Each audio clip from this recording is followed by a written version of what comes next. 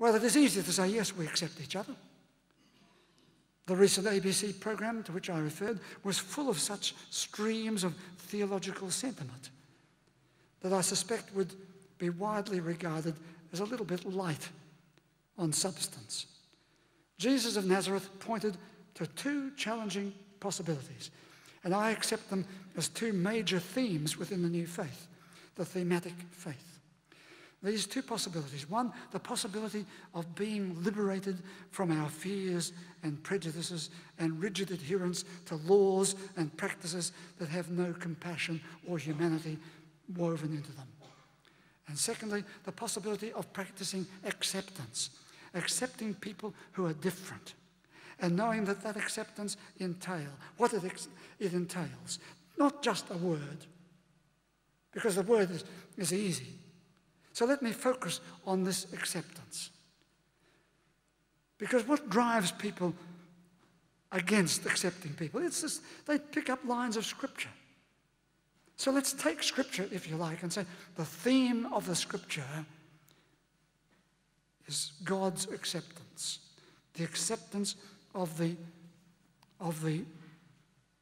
community, the theological circle. 5 parts. Quickly, I'll go through them. Recognize that difference in people is basic to our humanity. A rainbow with only one colour would not be a rainbow. It would not be as rich and as exciting and as inspiring as a rainbow with 7 colours. We might like to behave as if we're only one colour, but reality requires a massive adaptation. We've seen how Americans fear the Chinese, how the Chinese fear the Japanese, how the Japanese fear the Koreans, how the Koreans fear the Americans. And so we go round. And where are we? Acceptance means finding our part, our genuine part in the diversity. And all of us being enriched by the diversity. Secondly, we need to recognize, acceptance means recognizing that certain lines do need to be drawn. Certain behaviours are not accepted.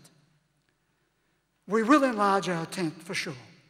But if you mess it up, we will ask you to clean up the mess and undergo a re-education program in order to stay. Or then you leave. And we've done this. People have grown as they recognise that acceptance is drawing lines and living within lines. Personal freedom goes hand in hand with communal sensitivity. Thirdly, recognising that we can all work towards encouraging everyone's best humanity. Knowing that people will take different pathways towards that best humanity. There is not one pathway. It means being liberated from that irrational view that only one way will do. Only one colour will be adequate. That is an irrational fear and guilt. We need to be liberated from that religious bigotry which has pervaded the church and its ignorance that's gone with it. Liberated from our smaller selves to reach out to what is the best in ourselves and in others. Fourth, recognize that sexuality, sexual relationships, and future ways of living in couples or in families will change. All that is changing, it will change more. There is the need to suspend our judgments from a previous era and join the conversation.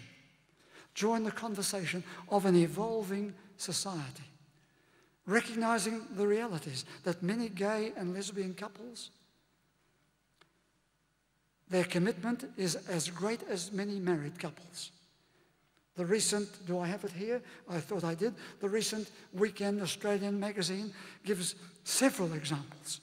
One couple, 62 years in a steady relationship. Michael Kirby, the ex-High Court judge, I think has been 30 years. In 2001, there were 19,600 same-sex de facto marriages. In 2006, that had grown from 19,000 to 27,000. A Queensland study, Queenslanders please note, showed that 34% of 740 lesbian couples have children who are their own or have come via a previous relationship. And an additional 30% of those people plan on having children in their new relationship. So that's recognizing the change that needs to take place as part of our acceptance. I said this was a theology of acceptance. And this is the fifth issue. Theology means, does it? It means it has something to do with God. And you might say, God? God needs to be redefined. God is the source of our diversity. The hymn said it today, if you noticed. The source of our diversity. The goal of our life's satisfaction and fulfillment. Whenever we touch the source of inspiration and courage, the source of growth, we are speaking theology of the God who is beyond us, the God who comes to us as a symbol and as a means of fulfillment of those words which we sing. We would be one. Would you please stand?